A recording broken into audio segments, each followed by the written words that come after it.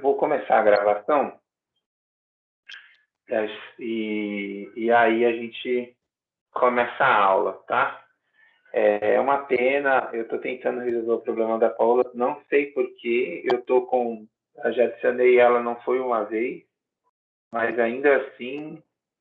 é, ainda assim ela não consegue entrar. Ai, caraca, é uma pena. Vou tentar não vou entrar em outro lugar, obrigado. Em outro lugar, tá bom, então vamos lá. É, Bom, antes de mais nada, então, boa noite. Bom, espero que todo mundo esteja bem, como sempre, né? Isso é o mais importante.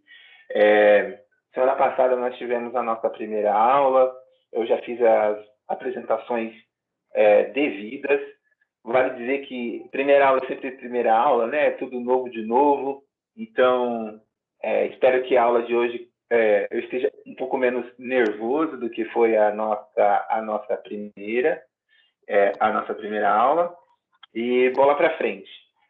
Quanto a algumas questões, primeiro, quanto ao material, bibliografia, eu tenho tudo. A única coisa que realmente eu não tenho e que a gente precisa baixar, enfim, aí, nós brasileiros somos ótimos em achar meios alternativos para consumir conteúdo, vamos colocar nesses termos, que é o filme Indústria Americana. Se vocês derem uma bisbilhotada lá no nosso programa, esse filme foi ganhador do Oscar, agora não lembro se foi em 2019 ou 2020. É um filme que trata da instalação de uma fábrica de para-brisa chinesa nos Estados Unidos e a implementação do modo de as tensões oriundas, né, do modo de implementação e gestão chinesas em uma cultura do trabalho norte-americana. Então, é um filme interessantíssimo, assim. Lembra que esse filme ele ganhou no lugar até de um filme brasileiro. Agora, realmente, fugiu a memória. Ele tem na Netflix, tá? Ele tem na Netflix, para aqueles que têm Netflix, certamente fica mais fácil. Contudo, me parece que é fácil de encontrar nesses outros meios aí. Quanto à questão das atividades e que o Wellington fez boas perguntas, ele falou, professor, como vai ser, critérios, tamanho e tudo mais.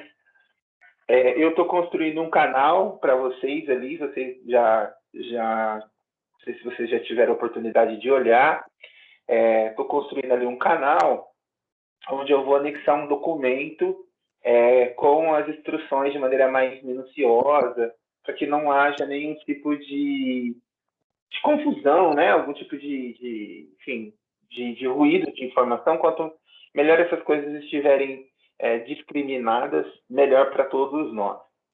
Tá bom? Então, eu vou compartilhar a aula com vocês. A gente vai até, enfim, 8h30, né? Então, é importante que a gente comece já perdendo aí uns minutinhos preciosos.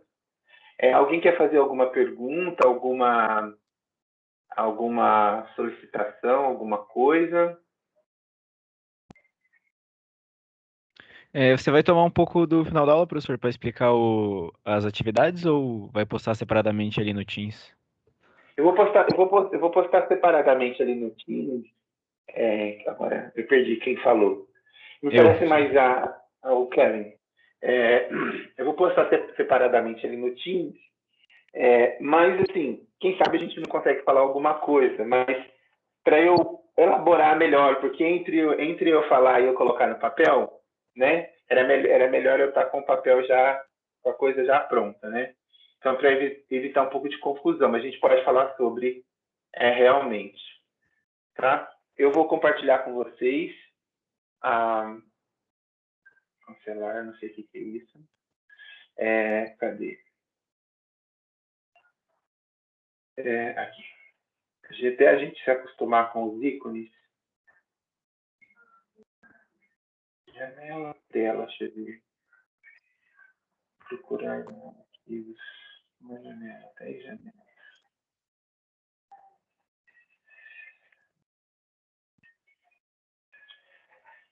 Ai, ai, ai, ai. Agora eu não acho. Caraca, é sempre um desafio, né? Parece que quando você deixa tudo pronto, ainda assim. É claro que não vai abrir, eu fechei, a janela estava aberta. Pronto.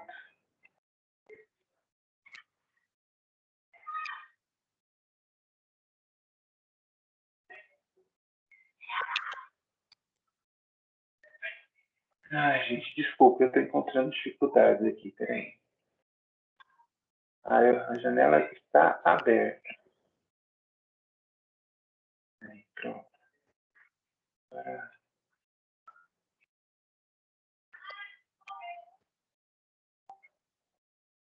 aqui. Bom, vocês estão aí vendo, né, a janela aberta, é a aula de hoje. Vou maximizar aqui. Então, aula 2, né, de Introdução às Ciências Sociais. O tema de hoje é Durkheim, definição do objeto sociológico, funcionalismo, divisão social do trabalho e solidariedade. Bom, falando um pouco, já comentei, né, elementos dessa discussão no início da aula passada, quando nós estávamos discutindo a produção do Marx, e, na verdade, reflexões, né, método, teoria, epistemologia da proposta do Marx para se pensar a constituição das sociedades modernas e do capitalismo. Então, sinalizamos para muitas dessas características, vamos dizer assim, conjunturais que favoreceram a emergência da sociologia como um campo científico. Né? E essas características são comuns aos três clássicos que nós vamos, enfim, adentrar aqui ao longo dessa primeira unidade da disciplina, mas evidentemente que o Durkheim ele é um cara que ele, de certa maneira, ele é um posterior, né, ao Marx, embora eles tenham sido contemporâneos em algum momento, em meados do século XIX, mas o Durkheim ele já é da segunda metade do século XIX em diante, né? Então ele certamente lidou e observou aquilo que nós vamos chamar de sociedade moderna e capitalista de maneira um pouco mais bem acabada, né? Ou seja, o Marx estava vendo essa sociedade ser construída, literalmente, e o Durkheim já observa essa sociedade, de certa forma, relativamente consolidada, ou seja, não, quando eu digo consolidada, ou seja, com uma fisionomia mais acabada. Né? Porque, certamente, quando falamos em sociedades modernas, no sentido que os clássicos estão observando, eu acho que o momento ideal, assim, para usar uma categoria de um autor que a gente vai ver na próxima aula do Weber, né, um certo tipo ideal, é mais entre o final do 19 e início do 20. Então, as transformações econômicas, capitalismo, industrialização, êxodo, urbanização e consolidação das classes sociais e os precedentes intelectuais, como a reforma protestante, a crença na razão como uma ferramenta capaz de tornar o mundo inteligível, a Revolução Francesa, a Revolução Americana e a sedimentação das ideias iluministas e humanistas. O Durkheim, ele certamente, na medida em que ele é francês, então vamos voltar, acho que é melhor a gente ficar aqui nesse slide. Ele, na medida em que ele é francês, né, ele lidou de maneira muito íntima com o conjunto das transformações sociais e políticas que caracterizaram a instituição do mundo moderno, que foi a Revolução Francesa e as ideias iluministas e humanistas. Esse conjunto, a intersecção entre esse conjunto de tradições de pensamento e ideias, deram origem a um novo tipo de sociabilidade. Então, ele estava interessado, evidentemente, em explicar como que essa sociedade viria a funcionar. E, nesse sentido, a França, em particular, foi o celeiro de um conjunto de ideias que foram fundamentais para a definição mesmo da sociologia como uma ciência. Então, nesse contexto de profundas transformações, essa nova ciência do espírito, em particular a sociologia, buscava então ganhar legitimidade, evidentemente institucional, e ganhar o status e a autoridade de uma disciplina científica, assemelhando o seu método e a sua postura diante dos fenômenos sociais de maneira muito semelhante às ciências naturais. Então, não é gratuitamente que muitos desses precursores do que veio a ser a sociologia e precursores do próprio Durkheim vão mobilizar analogias e alegorias para explicar a sociedade, ou como a nossa sociedade funciona, a partir de alegorias e analogias com a biologia, por exemplo. Então, entre os precursores da sociologia está o Saint-Simon, que ele tem esse texto de 1819 que chama Zangões versus Abelhas, que ele está justamente produzindo uma analogia e uma correlação, buscando estabelecer semelhanças entre o modo como uma colmeia funciona, ou seja, uma organização hierárquica em um certo sentido, mas, sobretudo, em um certo sentido, porque há uma hierarquia de poder, no sentido que a abelha rainha está acima do conjunto outras das abelhas, mas a ideia de uma colmeia faz justamente referência à construção dessas relações sociais latitudinais, ou seja, de que a sociedade funcionaria de modo semelhante a essa colmeia, ou seja, como um organismo que é interdependente e constrói relações de maneira coletiva. O segundo e importante predecessor intelectual do Durkheim é o Auguste Comte, que estabelece a ideia da filosofia positiva. A ideia de filosofia positiva, a gente vai retomar isso no Durkheim, e, na verdade, o Comte, a presença dessa reflexão no pensamento do Durkheim é uma influência direta do Comte. Então, não estou dando spoiler, mas, ao mesmo tempo, já estamos aproximando de uma das ideias centrais do Durkheim, de que há um certo... Eu não sei por que isso acontece. Há um certo sentido no desenvolvimento do pensamento humano. Esses autores muito influenciados, então, por essas ideias de progresso e de que existe uma civilização no singular e que os diferentes grupos humanos ou as diferentes culturas humanas se encontrariam em posições distintas dessa linha que caminharia de uma civilização primitiva para uma civilização moderna e racional, e concomitante a esse desenvolvimento positivo do pensamento e da civilização, nós poderíamos verificar determinados modos de pensamento que refletiriam determinados estágios de desenvolvimento cognitivo do grupo humano. Então, você tem o pensamento selvagem, né? Aqui não tá, aqui só tá, então tem o pensamento aqui selvagem, depois nós temos o pensamento teológico, metafísico e científico. Isso tudo diz respeito a determinados estágios em que as sociedades humanas se encontrariam em uma linha contínua do que seria o desenvolvimento da civilização no singular. Então, esses autores passam a procurar, de modo análogo às ciências naturais, as leis, ou seja, se a natureza, portanto, ela é movida, ela é organizada, ela funciona segundo leis fundamentais, por exemplo, como a lei da gravitação newtoniana, assim também a sociedade funcionaria. Então, é nesse sentido que a sociologia começa a ganhar o seu senso de legitimidade e começa a ser fundada, então, portanto, como uma ciência. No caso, foi até o Comte que cunhou o termo sociologia. Então, o estudo das lógicas, o estudo da lógica da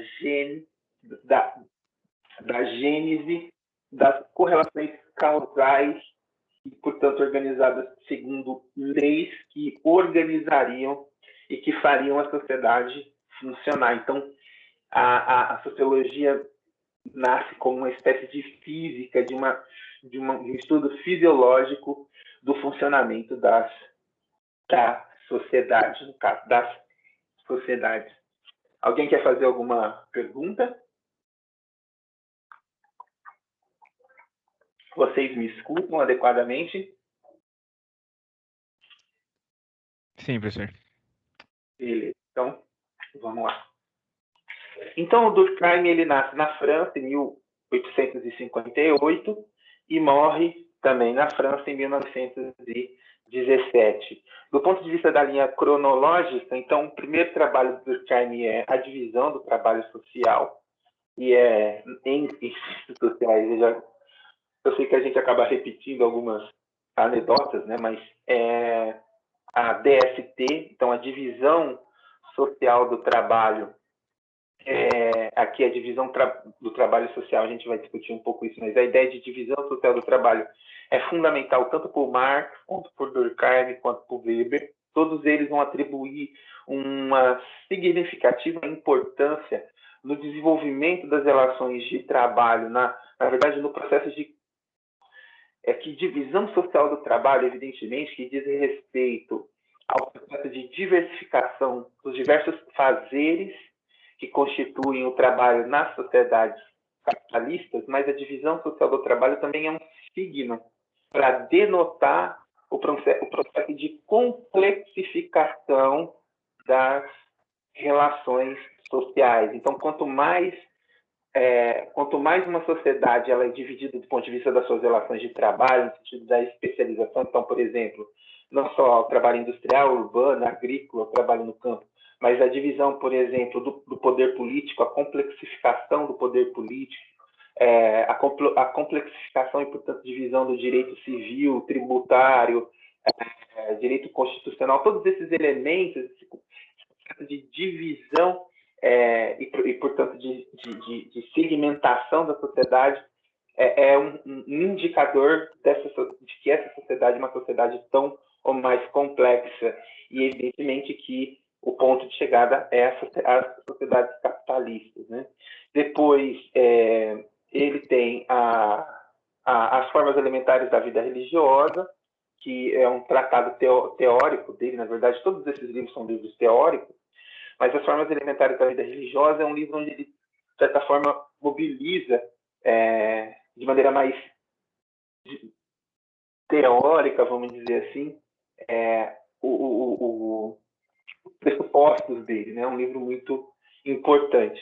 E o Suicídio também é um livro fundamentalmente teórico, mas é um livro, para quem já leu, embora eu não tenha, eu tenho ele aqui, digo assim, tenho ele em PDF, eu vou mandar para vocês, mas eu tenho físico também, mas é um livro fundamentalmente preenchido de estatísticas, de taxas, de índice, e a gente vai discutir um pouco melhor o que significa o suicídio, mas é justamente a ideia de um livro que tenta legitimar a sociologia como uma disciplina científica, né?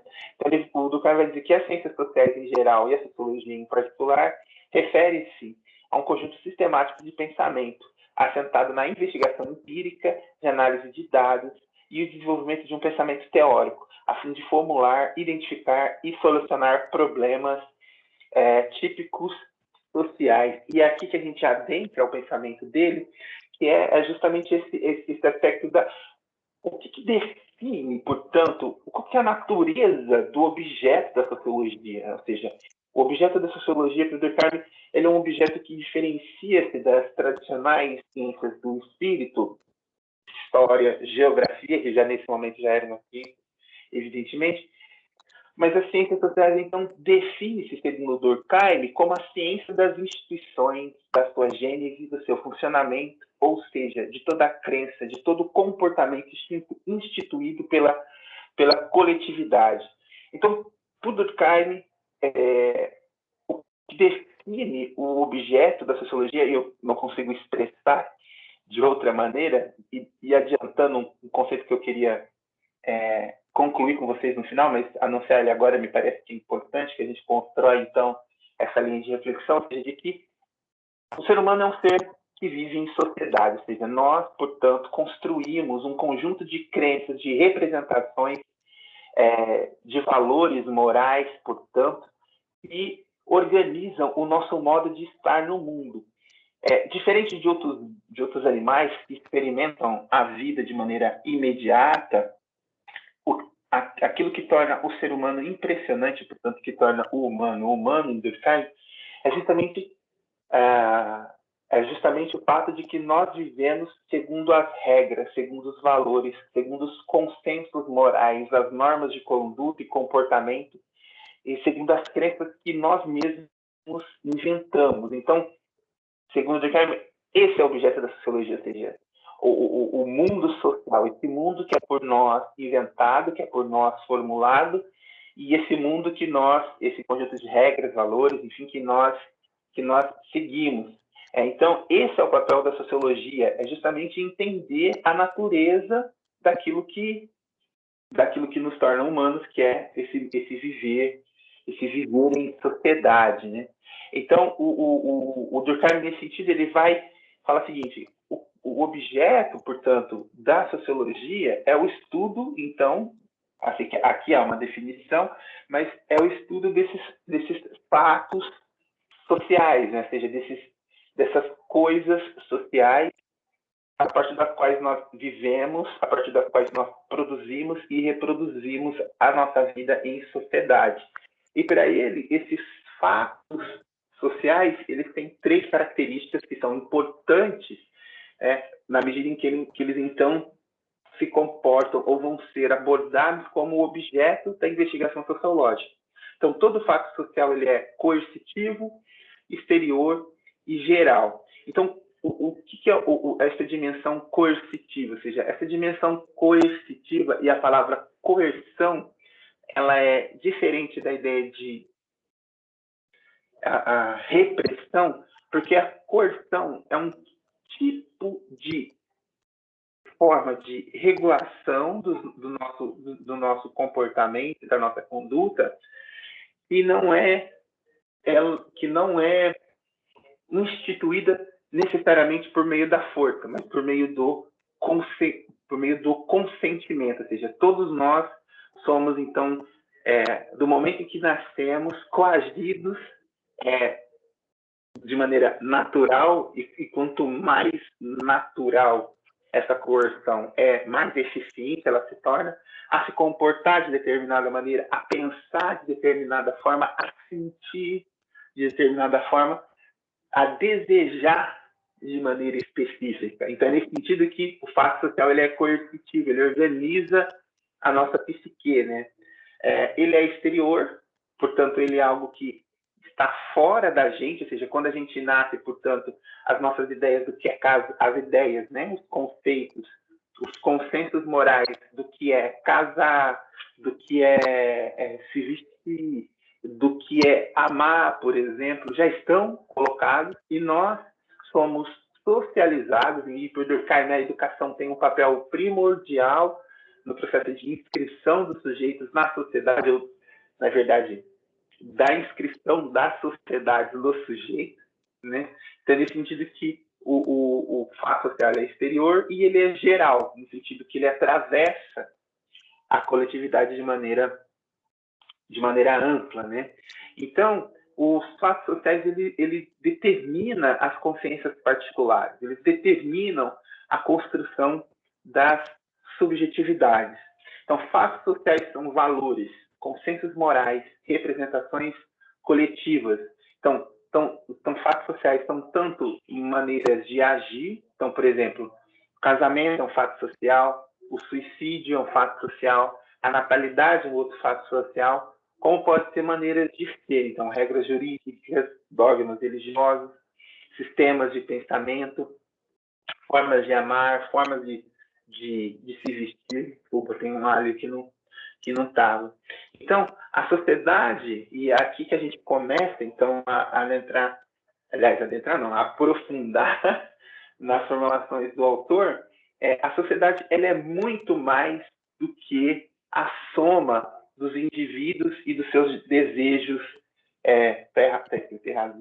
dos seus desejos particulares, ou seja, para a gente entender o que é a sociedade para o Durkheim, é como se fosse um... Estou lembrando de uma professora minha de graduação, professora Célia Tolentino. Ela falava, para a gente entender o que o Durkheim entende por sociedade, no sentido de que ele é a soma, ela supera, está para além da soma dos desejos individuais e das posições idiosincráticas de cada um. É como se fosse um bolo, né? Quando você pega, sei lá, uma colher de duas xícaras de farinha, uma xícara de óleo, açúcar, leite, sal, sei lá, cenoura ou laranja, uma coisa nesse sentido. Você bate tudo isso, isso tudo vira uma meleca, né? Vira uma massa, e você coloca passar. Então, o bolo, ele é a soma de todos esses elementos, mas, ao mesmo tempo, ele não é a sua fisionomia, né? A sua forma não é redutível a esses elementos particulares. Então, é nesse sentido que, para o Durkheim, a sociedade está para além do indivíduo. Até é difícil falar de indivíduo na obra dele, porque, como ele disse, né, ou seja, esses fatos sociais, esses valores morais, esses consensos morais, na medida em que eles têm, e esse papel da coerção ele é muito significativo para o autor, eles determinam, como a gente mesmo já finalizou aqui, a forma como a psique se realiza dentro da sociedade. Então, na verdade, a nossa identidade individual, se é que poderíamos falar em algo nesses termos para o autor, é menos algo que nos é próprio e mais a inscrição da sociedade na nossa mente e no nosso corpo. Então, a sociedade possui uma vida psíquica que supera a individual e a soma dos indivíduos. Um pensamento que encontra na consciência individual, um pensamento que se encontra, na consciência individual, não é um fato social, mas a inscrição dos fatos sociais no indivíduo. Então, por exemplo, a maneira como nós pensamos um fato social, como exemplo, o casamento, eu estou sendo...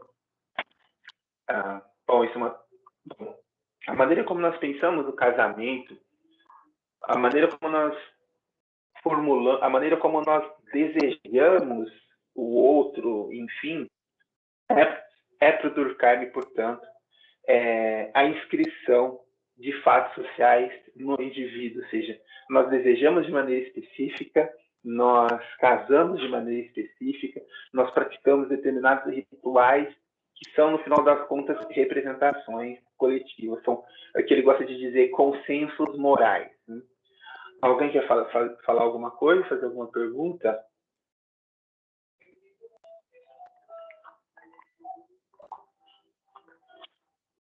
Não? Sim. Então, vou avançar. Então, novamente, né, o modo de estudo, então, o modo de estudo da sociologia durkheimiana é semelhante às ciências naturais. Né? Então, o Durkheim, ele, sobretudo ao longo do texto O Suicídio, ele vai investir de maneira significativa na identificação de determinadas regularidades, ou seja, um determinado fenômeno ele se apresenta, né? Ele se apresenta evidentemente com uma determinada fisionomia, vamos dizer assim, uma fisionomia mais imediata, mas vai ser a partir da construção de um conjunto de taxas, né? E aí o papel da estatística como primeiro, né? Como uma legitimadora do método da sociologia como disciplina, né? Mas a estatística e a tabulação de dados e a construção de determinadas regularidades vão oferecer para o Durkheim determinados índices, ou a maneira como ele gosta de sinalizar nos textos dele, né? Como a fisionomia daquele fenômeno vai sendo construída de maneira mais sui generis, ou seja, para além dessa percepção mais imediata do que um fenômeno pode ter, né? Essa é uma primeira postura, né? um primeiro pressuposto metodológico do Durkheim. E o segundo pressuposto metodológico é que justamente em função e do estudo dessas regularidades que dão uma fisionomia mais sui generis, mais geral para um fenômeno social, para um fato social, você pode, então, estabelecer relações de causa e efeito, ou seja, você pode estabelecer uma relação de causalidade entre, vamos dizer assim, o casamento e o divórcio, né? Então, evidentemente que isso vai ser um tema evidentemente não, né? Isso vai ser um tema que vai ocupar um lugar muito interessante no pensamento sociológico entre meados do século XX até 1970, porque a família, então, assim como para o Durkheim isso é um senso douto na sociologia, de que a família é esse primeiro locus, é esse primeiro espaço de socialização, ou seja, a família, portanto, é esse lugar aonde o fato social vai ser inscrito no indivíduo. Então, há uma relação entre transformações sociais e divórcio, né? Realmente, certamente há uma correlação, ou há uma correlação entre religião e política, certamente há uma correlação. Resta, portanto, ao sociólogo ou àquele que se preocupa em investigar os fatos sociais, entender, primeiro, como que essa correlação se apresenta ao longo do tempo, então verificar as suas regularidades, depois, evidentemente, investigar as possíveis correlações entre causa e efeito, como vista, enfim, a descoberta de leis que regem a sociedade. Então, isso é um outro aspecto importante, e evidentemente que é um aspecto que me incomoda, e a gente pode discutir isso, mas é a ideia de que, então, existem leis que regulam, então, todas as sociedades, né? E é evidente que esses intelectuais estão tão ou mais inspirados com a sua relação com as ciências naturais, simples, cômodo, e, vamos dizer assim, colonial, você exportar ou então aplicar os pressupostos, aplicar que determinados fenômenos funcionariam de maneira geral para todas as sociedades humanas, né? O que torna, eu digo, colonial, porque evidentemente que trata-se de uma aplicação autoritária, uma aplicação, uma forma de você outorgar um modo de compreender o mundo, outorgar um modo de você dizer como que o processo histórico viria a se desenvolver. Né? Então, é muito curioso isso depois vai ser fonte de críticas significativas. A gente vai até, na segunda unidade da disciplina, a gente vai lidar com essas críticas, a gente vai apontar para esses debates, mas é isso, ou seja, na medida em que o cara está lá no final do 19, início do 20, ele quer consolidar a sociologia como ciência, nada mais justo do que, então, procurar leis, da mesma maneira que a física, portanto, e a matemática descobririam e tornariam inteligíveis as leis matemáticas e as leis físicas que fazem a natureza funcionar, assim a sociologia faria com as sociedades. Ou como, nesse sentido, continuando a reflexão do autor, o cientista social, portanto, ele tem um papel importantíssimo, um papel fundamental nesse processo, né? Porque é o cientista social, então, que conhece a sociedade, é o cientista social que vai perseguir essa investigação.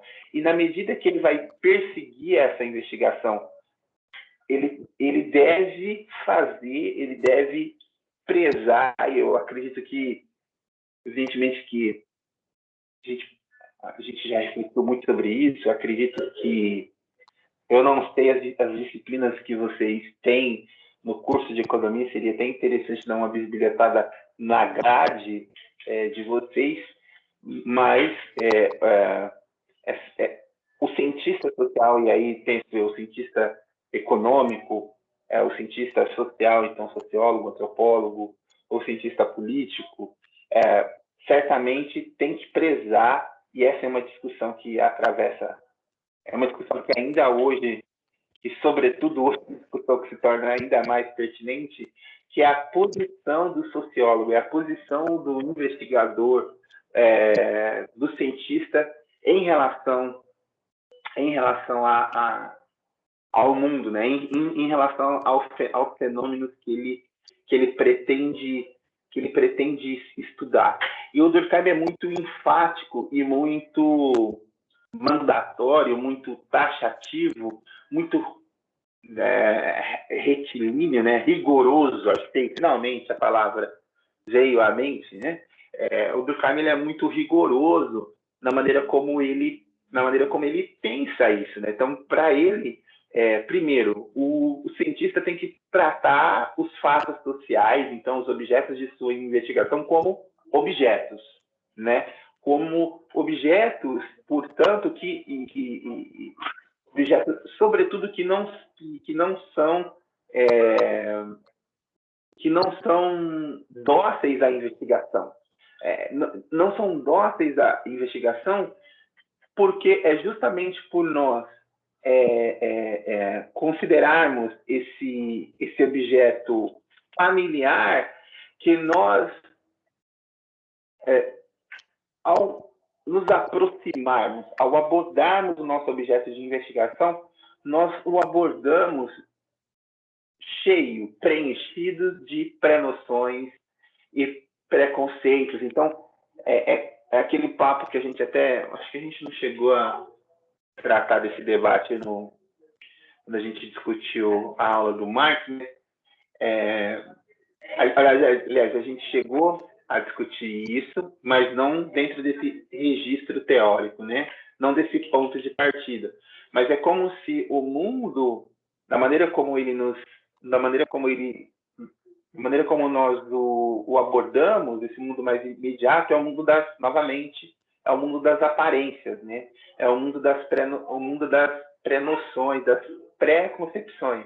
E o que resta, portanto, ao sociólogo, ao investigador, ao cientista social, é se afastar, né? Produzir uma espécie de afastamento, né? Uma espécie de distanciamento, né? Que proporcionaria, que possibilitaria ao investigador e ao cientista social olhar para aquele objeto, portanto, vocês não estão me vendo, né? Estou fazendo aspas com as mãos aqui, supostamente desvencilhado de suas pré-noções e de suas pré-concepções. E é aqui que a ideia do método ela é importante, né? Por quê? Porque é por meio do método, por meio do conjunto das investigações, portanto, das regularidades, das relações de causa e efeito, que você consegue superar. Eu sei que eu estou adiantando aqui um tópico, né? Mas que você consegue superar essas pré-noções. Então, definir os fenômenos tratados a partir de características exteriores. E com isso significa você, então, olhar para o seu objeto, novamente, de investigação e, uma vez mais, se afastar das suas concepções mais íntimas, né? A tentativa, no final das contas, é considerar as características mais gerais desse fenômeno, desse fato social, a despeito dele ser para nós, por exemplo, um elemento relativamente próximo, íntimo ou natural. Então, estou pensando na ideia do casamento, sei lá, mas vamos pensar, por exemplo, no trabalho doméstico, né? Esse trabalho que é construído, algo que é muito característico de sociedades com um passado colonial, que esse trabalho ele é um trabalho realizado, evidentemente, na esfera do privado, e na medida em que ele é realizado na esfera do privado, a partir de uma sociedade historicamente escravocrata de origem, com origem na escravidão, muitas dessas relações que nós travamos no ambiente privado, relações de trabalho, vão se tornar confusas na medida em que relações de trabalho e relações de afeto vão construir esse fenômeno, ou seja, vão ter elementos que vão organizar a maneira como nós, de forma mais imediata, o compreendemos. Então, resta ao investigador, então, começar a se afastar dessas prenoções por meio do método, por meio da observação, então, procurar investigar, de fato, a natureza dessa relação de trabalho. É o que o Durkheim vai chamar de uma conduta objetiva do investigador, que é a superação dos preconceitos e, sobretudo, diante dos fenômenos mais familiares. É nesse sentido que nós temos, então, a importância do método como essa ferramenta, né? Obviamente, lembrando dessa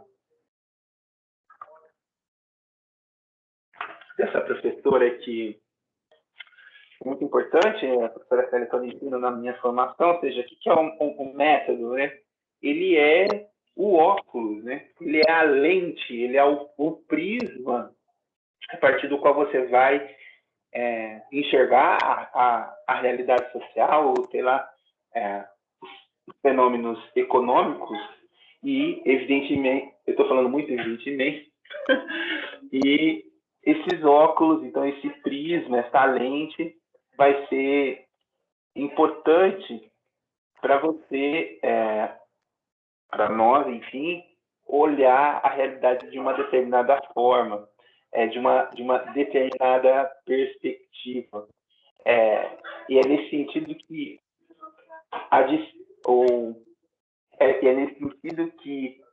as ciências sociais, como qualquer outra tradição de pensamento, é permeada de diferentes métodos e diferentes enfoques metodológicos que vão jogar luz. Eu lembro agora eu tô saudosista, lembrando de um outro professor que eu tive de graduação, professor Odair da Cruz Paiva, e também uma aula de introdução à história, né? A gente estava lá investigando, sei lá, a tradição materialista, a historiografia materialista, depois a história cultural, depois a história dos análises, e ele foi demonstrando para nós como que um determinado método, uma determinada perspectiva, ela ilumina e torna inteligível, torna clara, portanto, reconhecível uma determinada faceta, uma determinada face do que é a realidade histórica, enquanto tantas outras são apagadas, né? São escurecidas. Um exemplo que me vem à cabeça, que me parece ser um exemplo oportuno, do ponto de vista da historiografia, porque eu gostaria de ler mais livros de literatura, embora eu não seja um leitor assíduo, né? Mas pegando, por exemplo, a história das guerras, né? A historiografia em torno da guerra. Então, antes dessa historiografia em torno da guerra, ela era feita em torno, primeiro, dos grandes acontecimentos, né, dos grandes momentos, das grandes inflexões, mas era uma grande história. Com isso, grande história, ou seja, era uma macro história. E quando se focava em, sei lá, um sujeito histórico em particular, não era qualquer sujeito, né? Era o sujeito, era, sei lá, o Churchill, era o Hitler, o Stalin, ou seja, era uma história concentrada, portanto, era uma história das nações, dos estados e dos líderes. E hoje, por exemplo, dentro desse tipo de literatura histórica e ficcional, você acompanha você não acompanha o Churchill, né, cara? Você vai acompanhar o soldado raso, né? Você vai acompanhar a experiência, a descrição do fenômeno dessa grande inflexão histórica que foi a Segunda Guerra Mundial pelas lentes ou pelos olhos daquele soldado mais raso, daquele soldado mais simples, vamos colocar assim, o pracinha, né? o infante, né? Infante em vez de infante de criança, mas de infantaria também. Então é muito interessante como um método um método torna clara uma coisa, torna uma certa face da realidade mais clara, mais evidente, né? Enquanto ele apaga a outra. Então, um exemplo interessante para isso é a importância que o trabalho vai desempenhar, e aqui eu acho que a gente faz uma correlação próxima a gente, a importância que a divisão social do trabalho vai desempenhar na obra do Marx e na obra do Durkheim, né? Então, a gente vai chegar agora, daqui a pouco, na importância que o Durkheim dá à divisão social do trabalho, mas, então, lembrando, né, o Marx, a divisão social do trabalho, como a gente nos aproximamos na aula anterior, ela é sinônimo do processo de alienação do trabalhador, ou seja, quanto mais o trabalho é dividido, quanto mais o trabalho é segmentado, mais o processo de expropriação promovido pela propriedade privada, pelos domínios dos meios de produção, vai outorgar ao trabalhador uma condição alienante, né? Um trabalho cada vez mais estranhado. Isso de um lado. E para o Durkheim, a divisão social do trabalho, para ele, é sinônimo de uma sociedade cada vez mais solidária, e a ideia de solidariedade para ele não é no sentido cristão que a palavra tem, né? Mas é no entendimento de quanto mais profunda é a divisão social do trabalho, uma sociedade mais complexa ela é, e mais a correlação entre seus membros é interdependente, mais a correlação entre seus membros se assemelha à ideia de um organismo. Né? Mas, enfim, eu falei bastante. Vocês não querem fazer algum comentário, alguma coisa? Fazer uma pergunta? Vocês estão aí? Sim, professor. Tá. Então tá bom. Emanuel. Não. Clayton, alguém quer falar alguma coisa?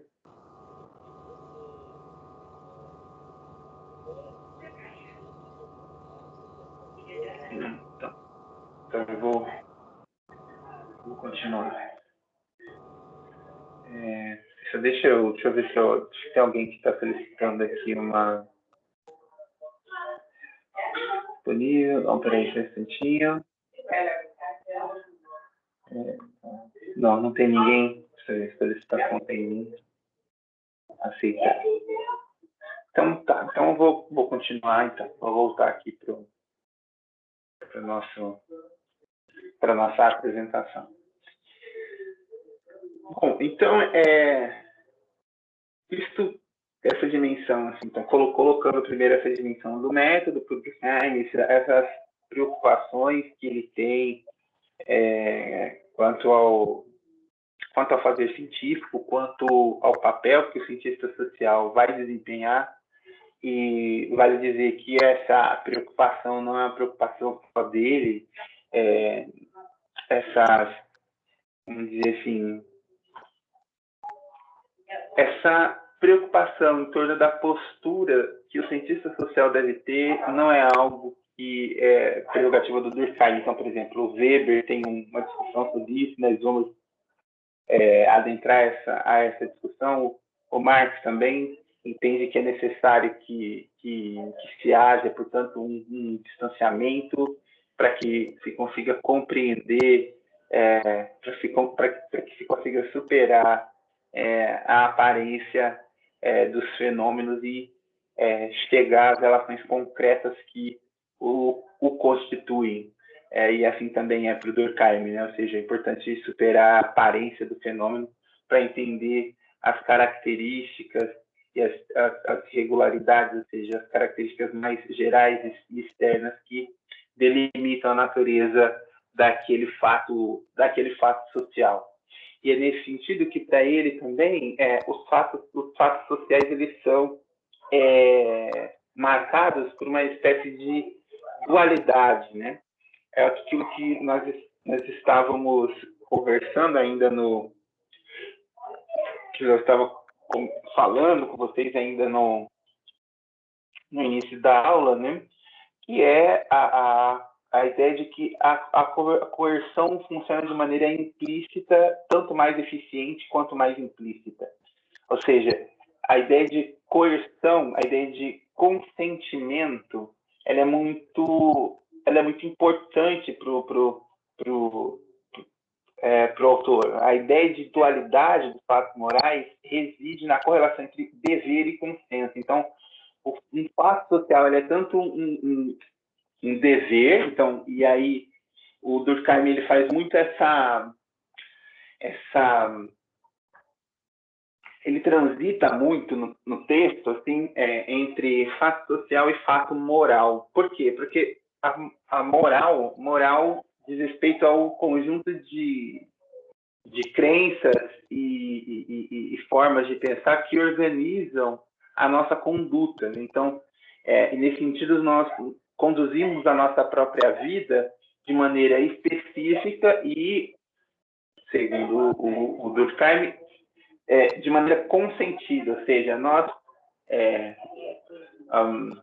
não sei, por exemplo, uma dada construção de gênero, é claro que hoje a gente já questiona isso, né? Isso está no centro de muitos dos debates contemporâneos da teoria social, mas só para dar um exemplo, né? Vamos supor que há uma construção, um fato social, o gênero como um fato social, ou seja, de que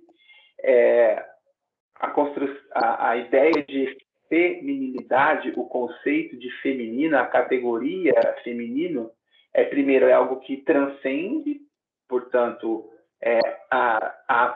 as suas apresentações individuais ou idiosincráticas, e no fundo vamos dizer assim, uma representação coletiva, é um consenso em torno do que é ser feminino. Então, desde quando, né, para pegar a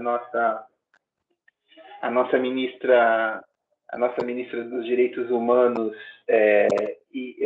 Direitos Humanos e esqueci o nome, Ministério das Mulheres, Direitos Humanos e enfim, agora eu não lembro mais. Meninas vestem rosa e meninos vestem azul. Essa é uma expressão importante ou sintomática de como essas representações coletivas funcionam. Então, nós desde cedo somos coagidos e, nesse sentido, nos consentimos a comportar de determinada forma. Novamente, embora isso se tornou o cerne e o centro de muitos dos debates contemporâneos dentro das ciências sociais. Então, é nesse sentido que, para ele, o Durkheim, há uma dualidade dos fatos entre fatos sociais como uma ideia de dever, um dever que é mais eficiente quanto mais implícito, e uma ideia de consenso, e uma ideia de consentimento. Né? Enfim, passamos para o próximo slide. Então, e aqui é que a gente entra num dos pontos importantes aqui do pensamento do autor, que é a ideia de coesão e solidariedade. Então, a ideia vamos concentrar na ideia de solidariedade primeiro. A ideia de solidariedade do Durkheim diz respeito ao conjunto dos consensos sociais que sustentam, que subsidiam, que fundamentam uma sociedade. Então, solidariedade é esse senso de pertencimento, há uma ideia de sociedade, ou seja, esse senso de pertencimento a algo maior, é algo que lhe transcende enquanto indivíduo, né? Então, para ele isso vai ser importante porque justamente esse sentimento de solidariedade e a forma como a solidariedade ela é perseguida ou estabelecida dentro das sociedades, os grandes indicadores, os grandes índices do estágio em que aquela sociedade está. Ou seja, do momento, vamos dizer assim, histórico que aquela sociedade se encontra. Então, para ele, então, e aí a gente volta de novo. Então, o conceito-chave para o Durkheim é essa ideia de ação, de ação coletiva, né? de coesão, desculpem, de que agora retomando, deixa eu tomar um copo d'água para retomar.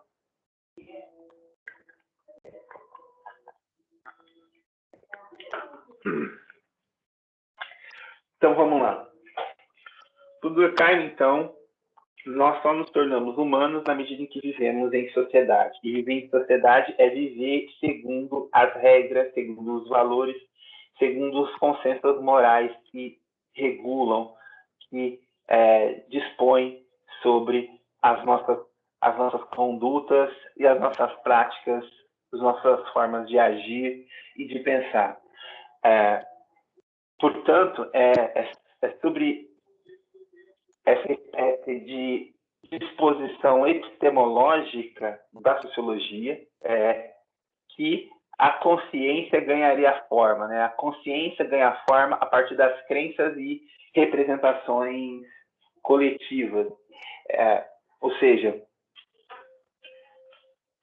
a ideia do que eu estou falando muito disso, então, sei lá, a ideia do que é desejo, do que é o valor, então, em torno do que é desejo e do que é moralmente, né, aceitável como prática sexual é uma construção social e, portanto, é algo que vai variar de sociedade para sociedade. Então, o que nós tomamos como desejável, como sexualmente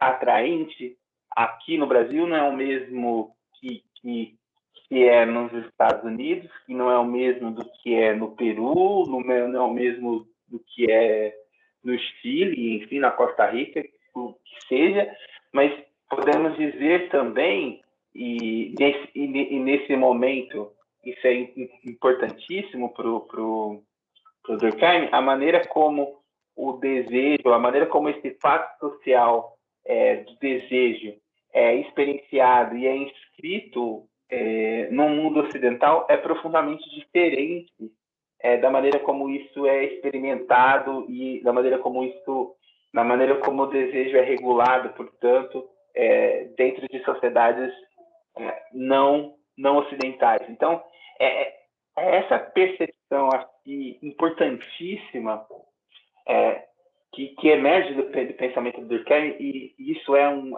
certamente é um dos pressupostos da própria, não é gratuitamente que ele é um clássico, né? Isso é um dos pressupostos da própria construção da sociologia e também da antropologia, é que nós vivemos segundo as construções sociais, ou como o Durkheim gosta de dizer, segundo os fatos morais que nós mesmos, enquanto sociedade, vamos consentindo e consensuando. Então, desses consensos que emerge a nossa consciência. Então, são esses consensos socialmente construídos que estão para além do indivíduo. São tais consensos que garantem o sentido de pertencimento a uma comunidade, ou melhor dizendo, a uma sociedade. Então, é isso que significa solidariedade. Solidariedade que eu também estou fazendo um esforço para utilizar um vocabulário mais durkheimiano, e porque é importante nós prezarmos por quando, né, claro, né? Vocês estão na graduação, então estão na graduação e estão no ensino à distância, né? Mas quando vocês voltarem para o ensino presencial, e espero que isso tudo ocorra dentro em breve, né? Que tudo isso ocorra no primeiro semestre do ano que vem, quem sabe. E como diria um autor que eu adoro, né? Embora não haja garantias, que é um autor chamado Stuart Hall, é um cara de origem jamaicana e que fez toda a vida intelectual dele na Inglaterra. Então, embora não haja garantias de que todos nós estaremos vacinados, mas vocês certamente vão fazer seminários, né? Ou uma atividade, vamos dizer assim, uma prática cultural comum durante todo o nosso período de graduação é a elaboração e divisão, né? Se dividem entre grupos aí e vão fazer seminários em torno de um texto, tema, autor, whatever, né? O que seja.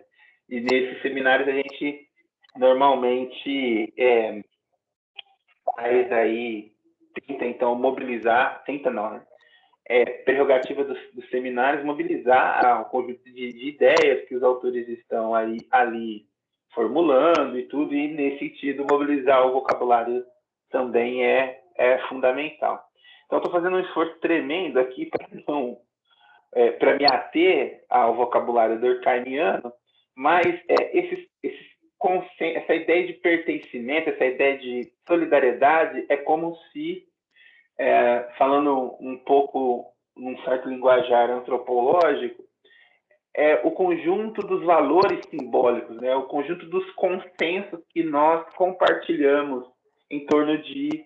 É o significado compartilhado, né? É o significado consensual de um determinado conceito. Então, o sentido de solidariedade que o Durkheim está falando, e por isso que a ideia de solidariedade é crucial para aquilo que ele define como sociedade, porque é justamente esses consensos, esses valores morais compartilhados que vão construir a sociedade como essa entidade que está para além das nossas experiências individuais, né?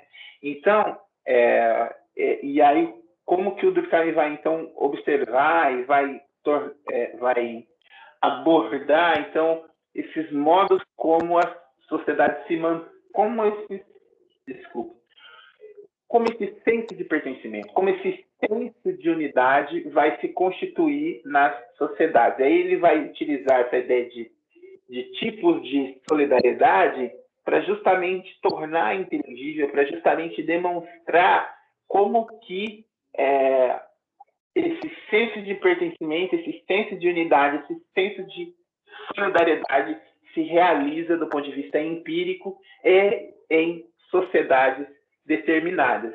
E por que a divisão social do trabalho, por que a DST ela é importante? Porque a DST ela é esse índice, ela é esse signo que denota o quanto mais uma sociedade ela é avançada, nos termos do Durkheim, no sentido da filosofia positiva dele, e quanto mais essa sociedade ela é complexa. Então, vamos lá. Assim, quanto maior for a divisão social do trabalho, mais espaço é aberto para que a individualidade ganhe significado. Isso não significa dizer, no entanto, que a coesão diminua. Pelo contrário, o aprofundamento da divisão social do trabalho dará origem a uma interdependência ainda maior, a exigência de um novo tipo de solidariedade. Então, vamos entender o que isso significa. O primeiro tipo de solidariedade para o Durkheim é essa solidariedade que ele vai chamar de mecânica, que seria um tipo de solidariedade, um tipo de pertencimento, ou, em outras palavras, um tipo de sociedade tida como primitiva, como sociedades inferiores ou como sociedades infantis, em que, no final das contas, né, primeiro, não há espaço para qualquer tipo de senso de individualidade, em sentido algum, mas é sobretudo que é um consenso moral que é estabelecido, é um tipo de consenso, um tipo de fato moral que atravessa a sociedade de maneira muito homogênea, né? Então, por exemplo, aqui há uma foto, e eu peguei essa foto, não foi gratuitamente, porque nem antropologia nós temos algumas, nós chamamos de monografias clássicas, que são os textos clássicos que constituíram a disciplina. Então, por exemplo, as regras do método sociológico do Durkheim é justamente um texto clássico. E em antropologia nós temos esse texto do Evans Pritchard, que chama Os Nuer. Evans Pritchard foi um sociólogo, antropólogo inglês, e fez essa pesquisa com esse povo Nuer, que vivia na região do Baixo Nilo, do Baixo Nilo, que, no final das contas, é a região do Sudão. São povos que vivem próximos às margens do Nilo, na região do Sudão, que, para quem não conhece um pouco a geografia da África, é aquela região onde fica aquela ponta do continente, que tá muito mais próxima do Oriente Médio. Então, é ali que o rio Nilo nasce, e o rio Nilo nasce ali e vai desaguar em um delta no mar Mediterrâneo, né? Bom, mas por que os Nuers foram tão importantes, né? Eles foram muito importantes para a instituição da antropologia, mas para nós eles são importantes justamente porque eles eu digo supostamente, porque evidentemente que eu não compactuo com esse tipo de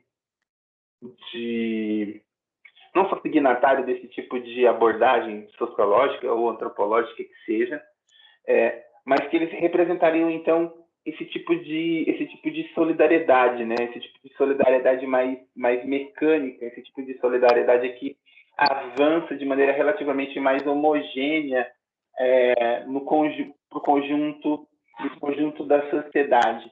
Então, nesse sentido também, que o Durkheim ele mobiliza uma espécie de darwinismo social, ou seja, e aí com o darwinismo social estamos querendo então finalizar para um tipo de pensamento que, como eu disse a vocês, supõe que exista uma linha evolutiva no desenvolvimento das sociedades humanas e que, portanto, existem sociedades mais desenvolvidas, e aqui há uma correlação entre desenvolvimento e superioridade, e essa superioridade ela é evidentemente racial. Caraca, eu tô falando muito essa palavra hoje, não sei porquê. Esse desenvolvimento, esse tipo de solidariedade supostamente, pensava-se que ou é indissociável de que essa ideia de superioridade material é também uma espécie ou expressão de uma superioridade também racial. Então, assim como o Comte, o Durkheim ele também entendia que o pensamento ele havia um sentido, havia um norte, havia um vetor positivo, portanto, de estágios sucessivos de desenvolvimento do pensamento e estágios sucessivos de desenvolvimento da sociedade, que caminha de uma sociedade dita selvagem, então o pensamento selvagem, depois, então, portanto, quem são aqueles que estão no pensamento selvagem? Todos os povos ou todas as raças ditas inferiores, evidentemente, não sei porquê, com uma especial atenção para os africanos, né? Nessa rampa inclinada e progressiva do desenvolvimento das sociedades, né? As sociedades africanas e o pensamento africano encontrariam-se nesse momento inicial do pensamento, né? Depois disso, nós teríamos o pensamento mítico. O pensamento mítico se correlacionaria com as sociedades orientais, há uma correlação como essa no pensamento. Então, nessa rampa inclinada, os orientais estariam à frente dos africanos, e depois o pensamento religioso, que confundiria-se, então, com o momento anterior ao período moderno, então, o momento do antigo regime, das monarquias absolutistas, seria esse momento do pensamento, esse estágio de desenvolvimento da sociedade, e, por fim, o pensamento racional ou pensamento científico. Um indicador interessante que Durkheim cita para, evidentemente, caracterizar, para qualificar o estágio de sociedade, é a maneira como o poder flui. Então, por exemplo, a maneira como o poder flui e a maneira como a censura, ou a maneira como a transgressão ela é punida de acordo com cada um desses estágios. Então, por exemplo, no pensamento selvagem, mítico e religioso, a transgressão ela é punida, ela é censurada a partir das, vamos dizer assim, dos costumes, né? Ou seja, são determinados é por meio dos costumes, então, religiosos, dos costumes enraizados na experiência mais profunda e mais local desses grupos, em que a transgressão seria punida. E uma coisa importante e interessantíssima do Durkheim é que a transgressão, para ele, ela tem um papel fundamental na reificação dos consensos, né? Na reificação dos valores.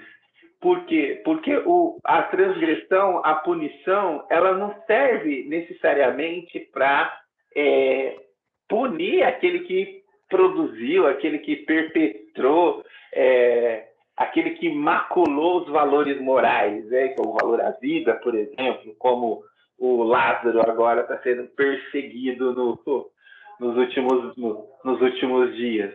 A ideia é que a punição da transgressão, ela serve muito mais para reificar, para revalorizar o consenso. Então, quando o transgressor é punido, o fato moral ele é reinscrito de maneira ainda mais profunda na gente. Entende essa relação? Ou seja, quanto mais a punição quanto mais a transgressão ela é punida, mais os valores morais e mais os fatos, vamos dizer assim, os consensos morais são restabelecidos ou reinscritos. Eu acho muito interessante essa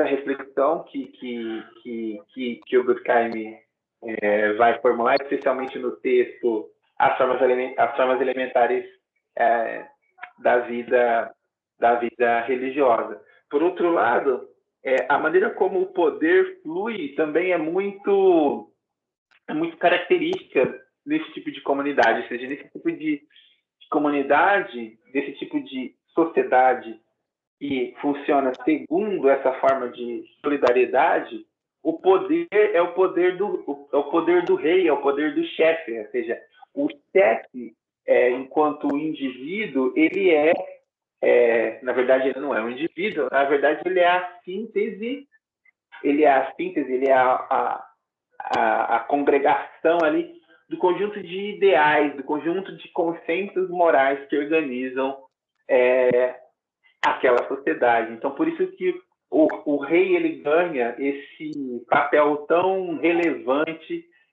segundo Durkheim, nesse tipo de sociedade. Né? Depois nós temos um segundo tipo de solidariedade que também denota, que também sinaliza, que demarca o momento ou o estágio em que uma sociedade se encontra, que é a tal da solidariedade orgânica, né? Por que a solidariedade? Como assim, solidariedade orgânica? Então, nesse tipo de sociedade, nas sociedades ditas complexas e capitalistas / modernas, há uma profunda divisão social do trabalho, ou seja, são sociedades profundamente segmentarizadas a partir da divisão social do trabalho. Não só, novamente, no trabalho, vamos dizer assim, mais no sentido do trabalho do fazer material, então indústria siderúrgica, metalúrgica, elétrica, serviços, enfim, vocês com certeza manjam muito mais do que eu desse tipo de estratificação do mundo do trabalho e dos diferentes setores e por aí vai, mas também é uma sociedade muito profundamente dividida, e a divisão do trabalho também sinaliza para uma sociedade profundamente dividida do ponto de vista das suas instituições. Então, volto novamente, né? O direito, a política, a cultura, todas essas esferas são muito divididas, né? São muito complexos. Então, novamente, direito, política, executivo, legislativo e judiciário. Quando a gente entra dentro do poder legislativo, por exemplo, como o Senado, Câmara dos Deputados e Senado, a CPI da Covid que está sendo agora transmitida, enfim, perseguida como um momento importante da Covid, né? Há toda uma estrutura, por exemplo, né, ao relator, o presidente da comissão, aos senadores que estão ali para fazer perguntas, a aqueles que são delatores, as testemunhas. Todos esses elementos denotam o quanto essa esfera da política é uma esfera profundamente complexa e dividida. Então, é nesse sentido que o Durkheim vai falar que o que acontece nessas sociedades é o que ele vai chamar o senso de pertencimento, o sentido que mantém essa sociedade, essa comunidade unida, essa espécie de solidariedade orgânica, que, no final das contas, diz respeito à profunda interdependência que nós que vivemos nesse tipo de sociedade temos em uns para com os outros. Então, por exemplo, a nossa correlação, a nossa interdependência com a CPI a CPI do Covid é um índice é um índice, vamos dizer, que é um índice, né? É um sinal, é um indicador do qual nós estamos, ao mesmo tempo, segmentados em um conjunto de esferas de trabalho, esse mundo do trabalho é profundamente segmentado, e quanto nós somos interdependentes, né? Então, para o autor, o capitalismo é esse ponto de chegada. O capitalismo ele finaliza, ele demarca essa sociedade, ele demarca o estabelecimento, a instituição desse tipo de solidariedade. E aqui eu trago, em particular, um autor que é o Simmel, o Simmel ele é ele é um alemão, viveu entre 1858 e 1919, e ele também é considerado um dos clássicos da sociologia, e ele tem um texto interessantíssimo que dialoga muito com o Durkheim, que é As Grandes Cidades e a Vida do Espírito, um texto de 1903, em que o Simmel ele vai chamar a atenção para essa tensão que ocorre entre o indivíduo e a sua suposta, vamos dizer assim, autonomia, a sua suposta individualidade, e aí suposta por quê? Porque, de fato, a individualidade existe, e o Durkheim até vai falar um pouco sobre isso, mas essa suposição, ou essa narrativa de que o indivíduo moderno seria um indivíduo livre, portanto, destituído de suas amarras morais, de seus freios morais, e do outro, a superioridade da cidade, da herança histórica, da cultura exterior e da técnica da vida. O que o Simmel está chamando a atenção? Ou seja, diferente do Durkheim, eu acho que isso é muito legal para a gente colocar, já que a gente não vai ter tempo de explorar tanto assim. Eu lembro que quando eu fiz graduação em Ciências Sociais, lá no longínquo ano de 2008, eu tive um semestre inteiro de Durkheim.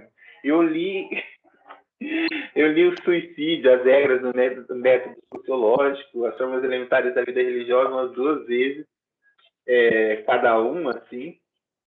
E aí a gente ficava muito aflito com a coisa toda, porque a gente, não sei se vocês, não sei como vocês estão aí do lado de lá, não dá para ver o rosto de vocês, mas não sei se vocês até agora não se sentiram afogados, né, em meio a essa teoria sociológica que não abre espaço para nada do que seja individual, no sentido de que você tem a potência da agência. Existe um termo em ciências sociais que é chamada agência, que essa é o reconhecimento de que o sujeito, de que o indivíduo minimamente consegue, portanto, lidar de maneira mais ativa com esse conjunto de estruturas que, em outras palavras, são esses sociais, são esses consensos morais que o Durkheim está falando. Então, o Simmel é um cara interessante, e o Weber também, eu acho que aí a gente pode falar de uma tradição, curiosamente, uma tradição germânica, embora o Marx, desculpe, seja também alemão, e na teoria dele há espaço para o sujeito, mas há espaço para um sujeito, que é o proletariado como classe revolucionária, não há muito espaço para outros sujeitos e outras clivagens sociológicas, vamos colocar assim, mas o Simmel e o Weber são intelectuais também alemães que colocaram, atribuíram ao sujeito um lugar mais importante em meio ao processo, em meio à sua teoria, né? Então, por exemplo, a gente vai lidar com o Weber na próxima semana, mas o Simmel ele entende que ocorre uma tensão entre estrutura e sujeito. Ou seja, não é só o fato social que determina. Assim, isso não é o Durkheim falando, isso é o Simmel, tá? Não é só o fato social que determina o sujeito, a sua psique, a sua conduta, enfim, a sua forma de agir, pensar e fazer, né? Mas o sujeito, o indivíduo, ele também tem um certo range, né? Um certo espaço onde ele consegue também ter agência. Então, para o Simmel, é uma tensão entre sujeito e estrutura. Isso também é algo que vai ser muito clássico nas ciências sociais, né? A tensão entre sujeito e estrutura como um dos motes de reflexão centrais para o pensar sociológico. Então, para o Simmel, por exemplo, é em meio a essa tensão que nasce a vida moderna. Então, é em meio a essa tensão entre sujeito e estrutura que nasce essa vida moderna. Para o Durkheim, não. Para o Durkheim, a vida moderna ela é fruto do aprofundamento da divisão social do trabalho e do estabelecimento do que ele vai chamar de solidariedade orgânica. Que características do mundo moderno? Características do mundo moderno, eu não vou muito entrar nisso, a gente já falou, a gente já falou disso e tudo mais, mas a única coisa que eu quero sinalizar, para além desses tópicos aqui, essa parte de baixo aqui, ó, que são quais são as condições sociológicas que sustentaram esse modo de sociabilidade, ou seja, quais foram as condições, segundo esses clássicos da sociologia, que sustentaram esse modo de sociabilidade tipicamente moderno. E aqui, novamente, né, a divisão social do trabalho ela é fundamental para o Marx, então, a economia capitalista e a divisão social do trabalho. Para o Durkheim, é a coesão, a solidariedade e a divisão social do trabalho. E para o Max Weber é a racionalização, a ética protestante, que é um outro signo, uma outra forma para se falar de capitalismo e também a divisão social do trabalho. Então, a divisão social do trabalho é importante para cada um desses autores. Então, a compreensão do que foi o fenômeno do capitalismo é fundamental para cada um desses autores, mas para cada um deles vai dar um enfoque metodológico específico que vai, evidentemente, oferecer, proporcionar uma explicação diferente para cada um deles, né?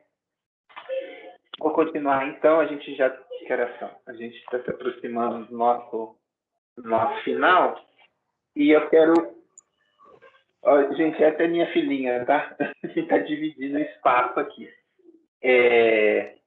Então, falando de indicadores, né? Acho que eu não vou entrar tanto nisso. Até, na verdade, já comentei, então, como que a transgressão do fato social ela é punida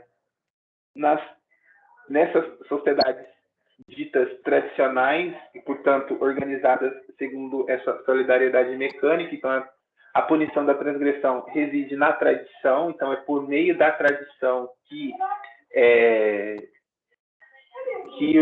aqueles que transgridem os fatos morais dos consensos são punidos, e nas sociedades que imperam o modo de solidariedade orgânica ou nas sociedades ditas modernas e racionais, a punição da transgressão reside justamente no direito, ou seja, o poder de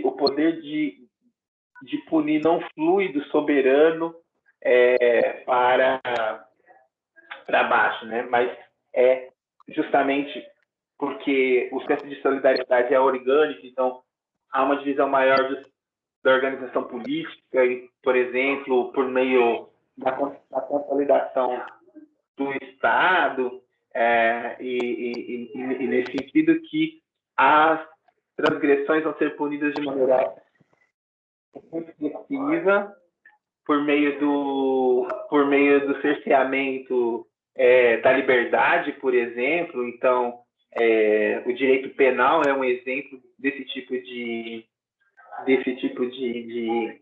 forma de punição, e de outra forma, de maneira restitutiva. Então, por exemplo, o direito trabalhista, tem aquela forma de direito que é muito chata, que é o direito tributário. Então, não é concessões que falam, enfim, caraca, eu fugi a palavra. Não é concessão,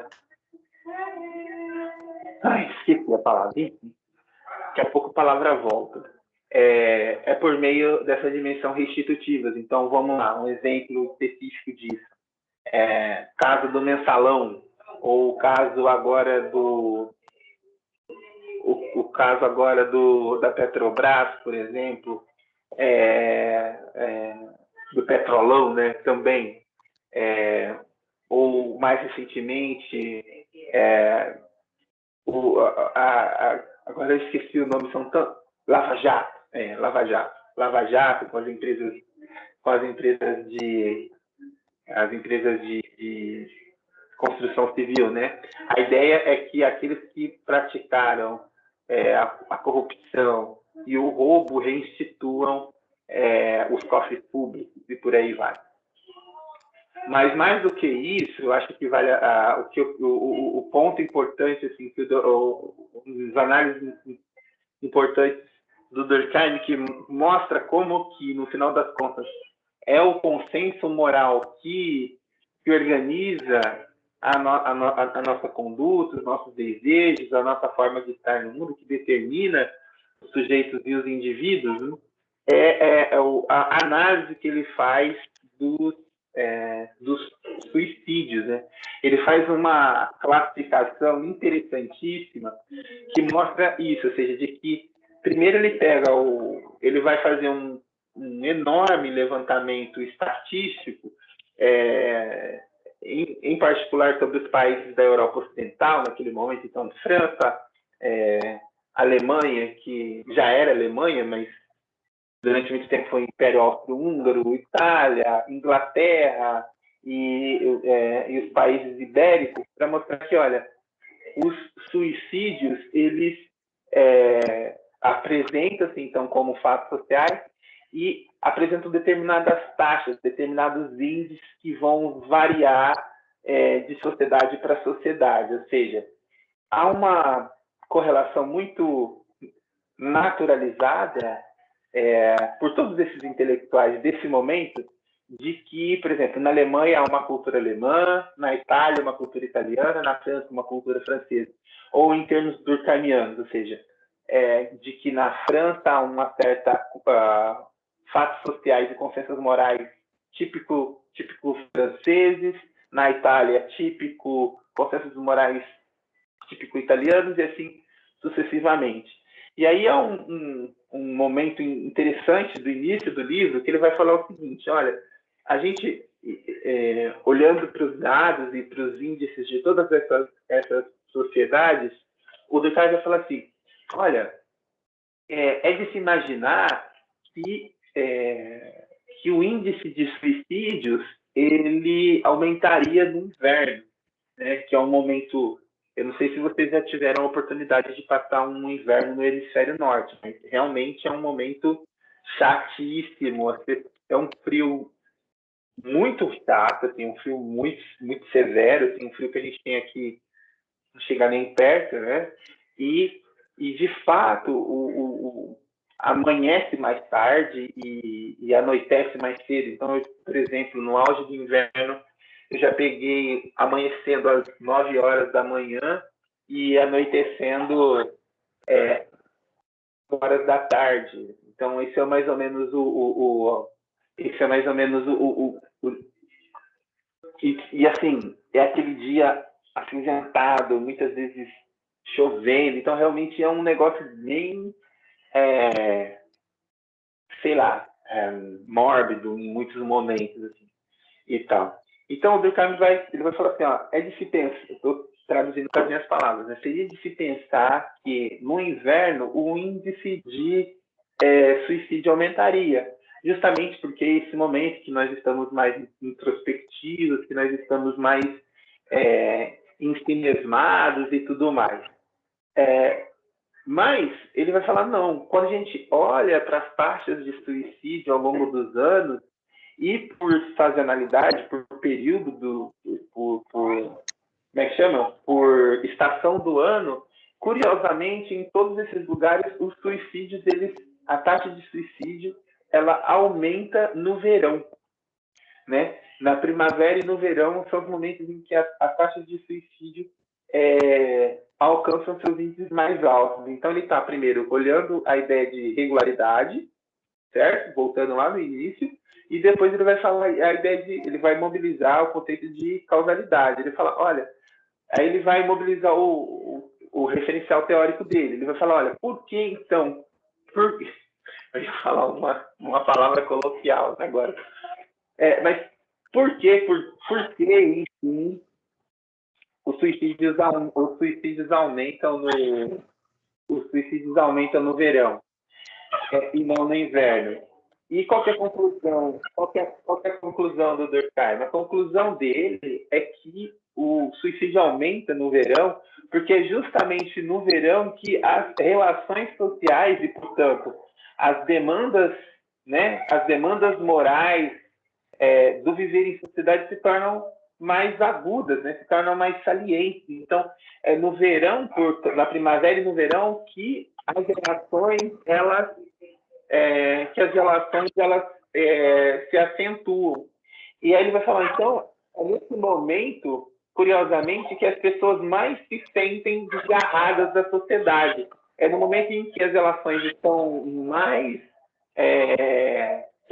que as relações estão mais fortes, é o momento em que as pessoas se sentem mais sozinhas, né? Então, aí ele vai fazer uma classificação entre 3 tipos de suicídio, né? Que é o suicídio egoísta, que é quando a sociedade, em razão de algum tipo de mudança, de algum tipo de transformação, está passando por um momento em que os freios morais estão relativamente mais frouxos, e isso possibilitaria a pessoa se ensimismar mais. Então, o suicídio egoísta para o Durkheim não é o suicídio necessariamente há uma correlação com a ideia de individualismo, mas a ideia de individualismo é mais no sentido de que é mais no sentido de que a sociedade não está sendo, em razão do contexto social, não está sendo suficientemente coercitiva com aquele indivíduo. Então é por isso que a ideia de um suicídio egoísta. Depois, a ideia de suicídio anômico, que o suicídio anômico é o aprofundamento das condições sociais que garantem o suicídio egoísta, ou seja, é quando de fato uma sociedade passa por esse momento de desorganização social, em que os freios morais e os consensos morais eles não mais estão surtindo seu efeito, exercendo a sua eficácia. Então é nesse momento que a possibilidade do suicídio anômico ele se torna mais saliente. E um exemplo que o Durkheim dá, que está até aqui no slide, é esse momento que o Durkheim fala do momento em que, por exemplo, uma pessoa ela tem um sucesso muito forte no âmbito econômico, ou seja, a vida econômica dela é transformada e ela sai de uma determinada condição social e, portanto, ela deixa de estar imersa a um conjunto de regras e consensos que lhe são familiares e que exercem sobre ela essa força, e passa para um outro contexto, né? Ela passa para uma outra esfera, para uma outra esfera de sociabilidade, em que outros consensos ou outros fatos morais são mais valorizados ou têm mais valor. É nesse sentido, então, que aquelas pessoas que têm, segundo Durkheim, muito sucesso econômico em um determinado momento, e depois cai no fracasso econômico, então a pessoa ela fica transitando entre essas esferas, é a pessoa que está mais suscetível a essa espécie de suicídio anômico. E, por fim, ele tem o suicídio que ele chama de altruísta, que até separei uma imagem aqui do seppuku, desculpem, que era uma prática característica da sociedade japonesa, em especial durante o período do shogunato entre 1530 e 1840 ou 50, que não tenho exatamente a datação aqui da era Meiji na minha cabeça, mas foi um momento que o Japão se fechou e que a estrutura de poder e a estrutura social da sociedade japonesa era regulada pelos shoguns, que no final das contas, para tornar algo mais análogo à nossa experiência mais familiar, que é o regime feudal, né? Então, o seppuku é uma espécie de suicídio em que o samurai, ou o senhor feudal, ou o shogun desonrado, ou seja, por alguma razão exterior a ele, ele foi impelido a transgredir o consenso moral e, portanto, aferir um conceito que, de certa forma, expressa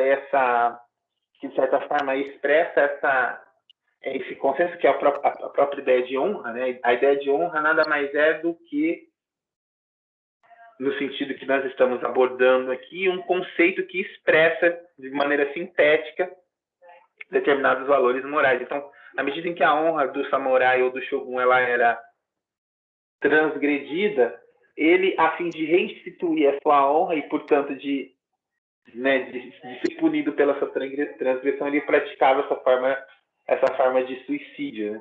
Então era a ideia de um suicídio altruísta, né? De um suicídio em que o mote, a motivação do suicídio é realmente o pertencimento excessivo, demasiado aos valores. Por exemplo, um outro exemplo também, não sei, eu tô com essa coisa do Japão na cabeça porque eu já estava escutando um Nerdcast, agora esqueci o número, mas é um Nerdcast sobre a Guerra do Pacífico, durante a Segunda Guerra Mundial, teve um momento chamado a Guerra do Pacífico entre Estados Unidos e Japão.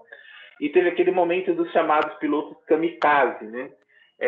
E o que acontecia, né? O piloto kamikaze ele já decolava sabendo que ele tinha que morrer, né? Ele ia morrer pelo pertencimento, né? Por honrar a sua pátria e, acima de tudo, o imperador do Japão, que naquele momento era uma figura divina. Então, o kamikaze levantava, a guerra já estava perdida para o Japão, então o kamikaze levantava e ia se jogar no porta-aviões ou no coraçado americano. E às vezes ele fracassava nesse momento inicial, e quando eles iam ser resgatados pelos navios americanos, eles puxavam o pino da granada e colocavam a granada na boca e se matavam. Então isso, ou seja, essa espécie de patriotismo, essa espécie de pertencimento excessivo e demasiado a uma instituição, por exemplo, militar ou religiosa, os momentos em que essa espécie de suicídio ela se torna para o Durkheim muito mais forte, né? Enfim, eu falei bastante, quero saber de vocês, a gente ainda tem mais alguns minutos, alguém quer fazer algum comentário, alguma coisa? Eu ainda tenho mais alguns slides aqui, mas eu vou deixar para a gente falar na próxima aula. Mas de vocês, como é que tá aí?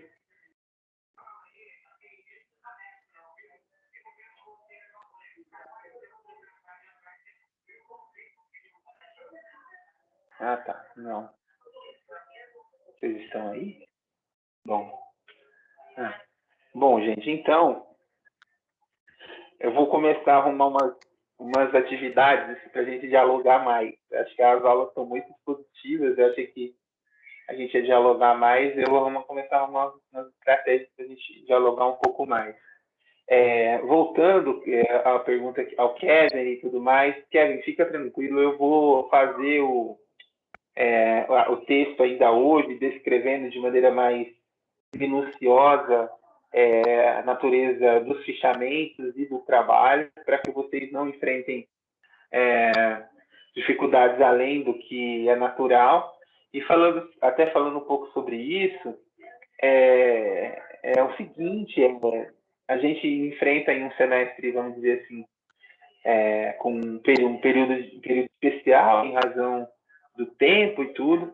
Então, nesse sentido, eu estou tentando ser razoável quanto à questão dos trabalhos e notas, para que a gente consiga, claro, qualitativamente atravessar a disciplina, sem, no entanto, também estarmos além da conta do ponto de vista da avaliação e tudo mais. Tá bom? Mas então eu vou terminar por aqui e aí a gente continua conversando